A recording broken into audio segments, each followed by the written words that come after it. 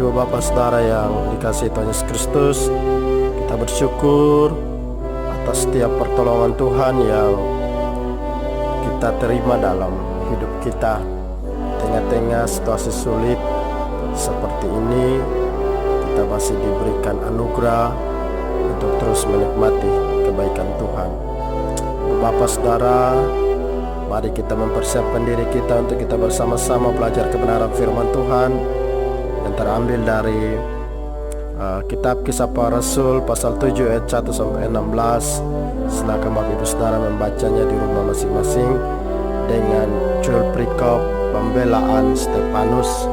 Ibu Bapak Saudara yang dikasihi oleh Tuhan Yesus Kristus, firman Tuhan ini adalah lanjutan dari firman Tuhan kemarin, yaitu tentang Stefanus dituduhkan atau tuduhan terhadap Stefanus.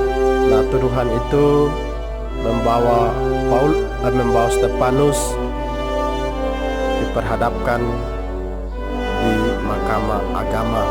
Nah, dua tuduhan itu adalah, yang pertama, mereka menuduhkan bahwa dia menghujat kitab Taurat atau hukum Musa, dan yang kedua, ia menghina akan bait suci. Nah, dari dua tuduhan ini sangat kuat untuk membawa dia diperhadapkan ke mahkamah agama sebagai pengadilan tertinggi pada waktu itu. Nah, Ibu Bapak Saudara, tuduhan ini membuat dia harus duduk di kursi persakitan yang harus mempertanggungjawabkan apa yang dituduhkan kepadanya sebagai bentuk tanggung jawab iman. Nah, sebagai orang yang dituduhkan, maka ia juga berhak untuk melakukan pembelaan terhadap tuduhan tersebut. Apakah Stefanus membela diri dari tuduhan yang dituduhkan kepada dia? Dia tidak membela dirinya. Ini yang sangat menarik, bahwa dia justru di dalam bagian ini dia membela kebenaran. Nah, Ibu Bapak Saudara yang dikasihi oleh Tuhan Yesus Kristus, dari bacaan ini kita bisa melihat bagaimana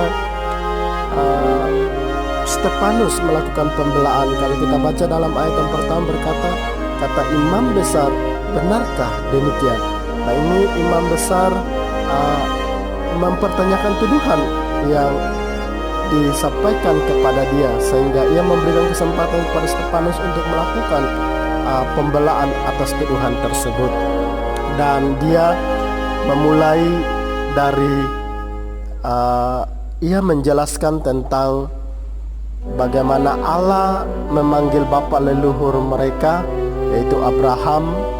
Allah memanggil keluar dari Ur Kasdim dan membawa ke tempat yang dijanjikan oleh Allah, dan Allah menjanjikan bahwa mereka akan diberkati dan seterusnya.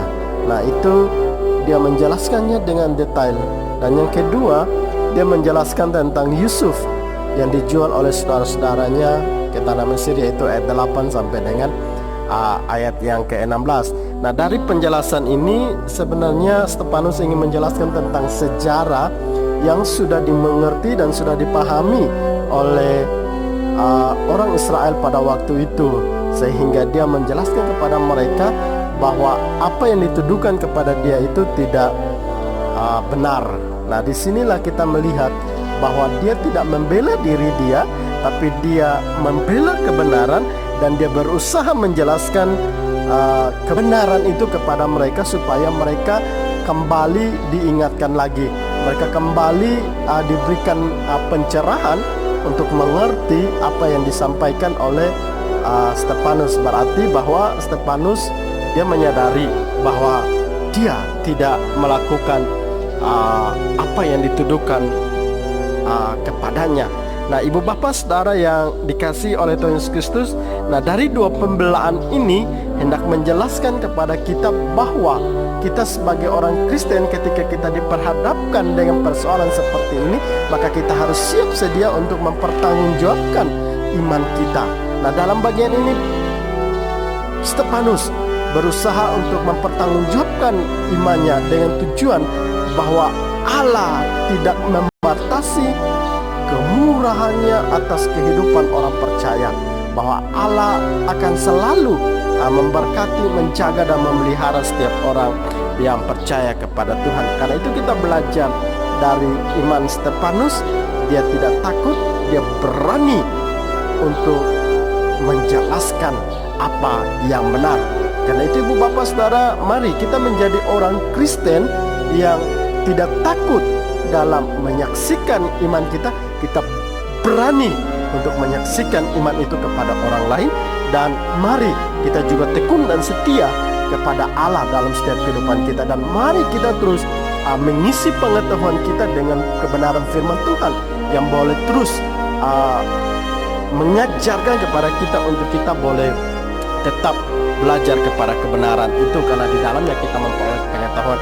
Dan yang berikut, bahwa kita harus mengandalkan Roh Kudus di dalam diri kita, bahwa Roh Kudus akan memampukan kita untuk kita boleh terus menjadi saksi Kristus di tengah-tengah dunia ini. Karena itu ibu bapak saudara, mari teruslah kita mempertanggungjawabkan iman kita kepada Kristus. Jangan kita mundur ketika kita mengalami persoalan, tapi kita tetap setia di dalam Kristus. Amin. Tuhan Yesus memberkati kita semua. Shalom.